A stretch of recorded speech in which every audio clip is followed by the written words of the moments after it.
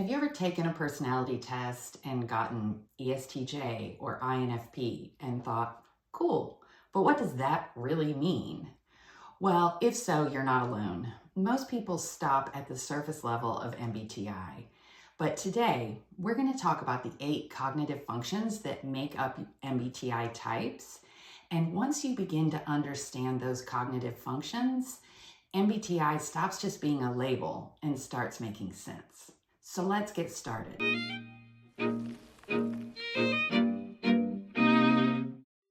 MBTI is based on cognitive functions that make up the 16 different types. And for each type, these cognitive functions are unique and are in a particular order.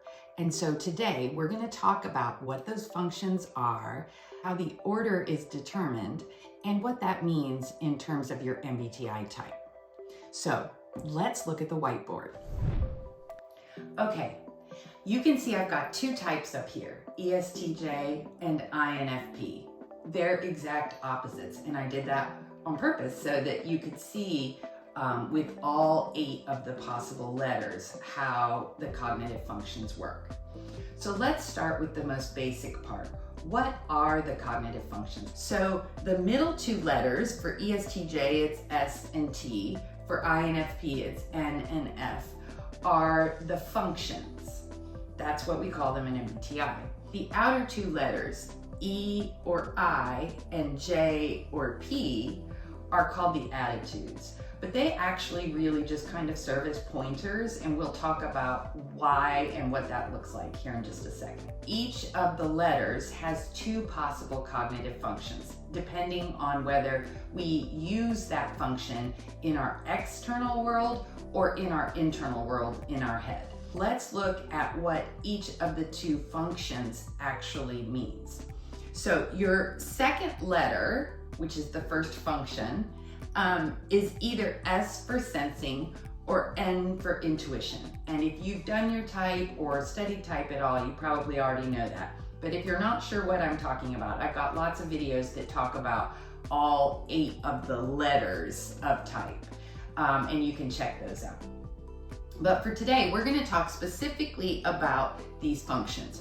So S for sensing, N for intuition, and each of those, that second letter, that represents one of your 2 functions. It's called your perceiving function. And that's because whether you're a sensor or an intuitive, both of those letters are about how you perceive the world, how you take in information. So S and N are your perceiving functions. Now, T and F, your third letter, is either T for thinking or F for feeling, and that function is called your judging function. It's about how you make decisions. What do you process your decisions through? It's important to know that S and N are perceiving function, T and F are judging functions. So, why is that important? If you look at our last letter is either going to be J for judging or P for perceiving.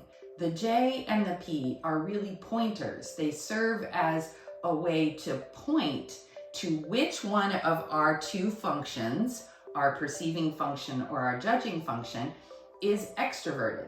In other words, which function do we typically show the world? For those of us who are judgers, we extrovert or show the world our judging function, which in this case is the T, but it could be the F. The J for judging points to our judging function, and I'm going to put a big E up here for, EXT, let's do that, for extroverted. Now, if you're following along, you might be thinking, oh, okay, well, if I am a P, if I am a perceiver in my type, then that must point to the perceiving function, which is either S or in this case N. And that's true. The P, for people who are perceivers in their type, that means it points to the perceiving function as the function that you show the world or extrovert to the world. So I'm going to draw an arrow from the P to our perceiving function.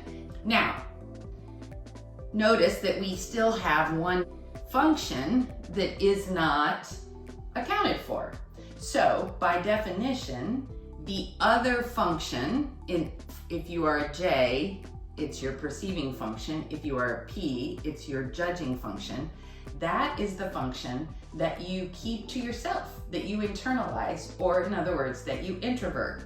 So for ESTJs, the J points to our perceiving function, S for sensing, and says that that is introverted. In other words, it's inside our heads most of the time. We don't share it nearly as often. The rest of the world doesn't see it as much. For perceivers, they introvert their decision-making function or their judging function.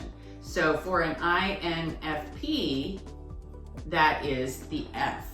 The reason that we have only 4 actual functions, or 4 letters, S, T, N, and F, but 8 possible cognitive functions, is because of the way that we use each of the functions. And each function can be used either in our external world, meaning extroverted, or in our internal world, in our heads, meaning introverted. So sensing can be SE for extroverted sensing, or it can be SI for introverted sensing. And that's true for thinking, it's true for intuition, and it's true for feeling. One of the letters up here we haven't used. We haven't used the E or the I. And the E and the I are also pointers, but kind of in a different way. The E or the I for extroversion or introversion tell us which of these 2 functions is the most important to that type. We call it their dominant type. For people who are extroverts, so if you have E as the first letter in your type, that points to your extroverted function, which for ESTJs is thinking. And we say, because you're an extrovert, the function that you extrovert is your most important function or your dominant function. So I'm going to build their cognitive function stack for an ESTJ. And it's going to start with a T. We do capital T and lowercase e, and that represents extroverted thinking. For people who are introverts, their dominant function or most important function is the function that they introvert. So for INFPs, we've already determined that that's their feeling. So their dominant function or top function in their function stack is FI. So to build the rest of that stack, we know extroverted thinking is the dominant function for ESTJs. That means that sensing, introverted sensing, is going to be the second function or the auxiliary function. So I'm going to put S, I. For INFPs, we can do the same thing. We're going to look at the function that we haven't used, intuition, and it's extroverted. So its second is going to be NE.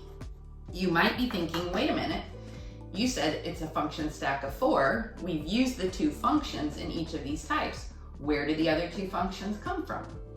Well, again, if you know type, you know that we all use all 8 of these letters. Your type, your 4-letter code, represents the ones that are your natural preferred letters or functions and attitudes. Just because S and T are your functions, you still use intuition and feeling. You just use them less frequently, and frankly, you use them less well. You're not nearly as good at using them. So to find the third function, we look at your second function and we say your third function is the opposite of that. So the opposite of sensing is intuition, and the opposite of introverted is extroverted. So the third function here is extroverted intuition. And then for the fourth function, we look at our dominant or our first function, and we say the fourth function is the opposite of the first function. So the opposite of thinking is feeling. The opposite of extroversion is introversion. Okay? Now I can do the same thing over here for the INFPs. So our second function is extroverted intuition. So to get to our third, we say, what's the opposite of that? Well, the opposite of intuition is sensing, and the opposite of extroversion is introversion. To get to our fourth function, we look at our first function and we say, what's the opposite? So the opposite of feeling is thinking, and the opposite of introversion is extroversion. So those are your function stacks. And what you'll notice is for ESTJs and for INFPs, and actually for all 16 types, 2 of our functions are extroverted and 2 of them are introverted. And that's always the case. So here's the catch. An awful lot of people, even probably other videos that you've watched that talk about the functions and the function stacks, will stop here and they'll say, these are your function stacks, now go have fun with those. But I like to use a model that helps to sort of give you a sense of what does it mean? What's the difference between your dominant function and your auxiliary, or your dominant and your third, which is called your tertiary? Or what's the big deal about your fourth function, which is called your inferior function? So I like to give people a reference, an analogy that helps them understand how we use each of the 4 functions in our function stack. So I want you to picture a car. And in this car, there are 4 passengers. We have the driver and the navigator in the front seat, and we have a 10-year-old and a 3-year-old in the back seat. Let's start by looking at ESTJs. So ESTJ's dominant function is extroverted thinking. In our car, the dominant function is our driver, right? It's the most important function. So it's driving the car. It's pretty much deciding where we go, how fast we go, when we get there, all of those things. So if you're an ESTJ, your driver is extroverted thinking. Your auxiliary function, your second most important function, is introverted sensing. And in our car, that's going to be our navigator. So our navigator is in the front seat helping the driver. The navigator gives guidance, it gives insights into where we should go, how we should get there, which roads we should take, that kind of thing. So for ESTJs, that is introverted sensing. Notice that these 2 are the 2 letters in our type. We are naturally good at these. We use these all the time, every day. But let's look at our third and our fourth function. So for an ESTJ, their third function, or their tertiary function, is extroverted intuition. Now, extroverted intuition is going to be our 10-year-old in the back seat. If you are an ESTJ, extroverted intuition, you use it, but it's at the maturity level of about a 10-year-old. It's not very well developed. Maybe it's a little bit impulsive at times. Maybe it comes out in times that you wish it wouldn't. But you still have some control over it. Now, our inferior, our fourth function, is introverted feeling for ESTJs. That is our 3-year-old. Okay, so a 3-year-old, think about the maturity level of a 3-year-old. That's sort of the maturity level of your inferior function. It's not well developed. It's pretty immature. It probably can't explain itself very well. What's really interesting is that what we know is that when people are under stress, we go to our fourth function, to our 3-year-old, and that's what comes out. So if you've ever overreacted to something and you think, wow, that wasn't like me at all, it's because you were probably using that fourth function. So now let's look at the car for an INFP. So the INFP's driver, their dominant function is introverted feeling. So that's going to go right here. Our navigator, our auxiliary function is extroverted intuition. Our 10-year-old or tertiary function is introverted sensing. And finally, our 3-year-old, which is our inferior function, is extroverted thinking. If you know anything about type, you know that ESTJs and INFPs are usually pretty different. Now you can begin to understand why. If we look at it, ESTJ's driver, their most important function, cognitive function, is extroverted thinking, right? If we look at INFPs, extroverted thinking is their 3-year-old, their exact opposite. For INFPs, their driver, their most important function is introverted feeling. It's the 3-year-old for ESTJs. The cognitive function stack and the way that we use it explains why types are so different. There are 2 extroverted functions and 2 introverted functions. One of the things that I want you to know is that when people describe the functions to you, if you've ever taken the test or read about what's the difference between sensing and intuition, people are typically describing extroverted sensing and extroverted intuition because that's what we see in our external world and it's more objective. By definition, our introverted functions, and we all have 2, even if we're extroverts, are more subjective because they're about what we feel and believe and think in our own heads. So our introverted functions are often not described very accurately. This gives you an understanding of how we determine what the cognitive functions are, of the function, how we determine what your function stack is, and how each of those functions is used. So hopefully, after this video, you have a much better sense not only of what cognitive functions are, but of how the letters in your type are used to determine what your 4 cognitive functions are, and you will hopefully begin to understand that you use all 4 of them, but you use them in very different ways. And so if you want to know more about your particular type and your cognitive functions, or about the cognitive functions in general, check out my other videos. And if you liked this video and thought it was helpful, please give it a thumbs up and subscribe to my channel if you want more in-depth information about MBTIs. Thanks so much. See you next time.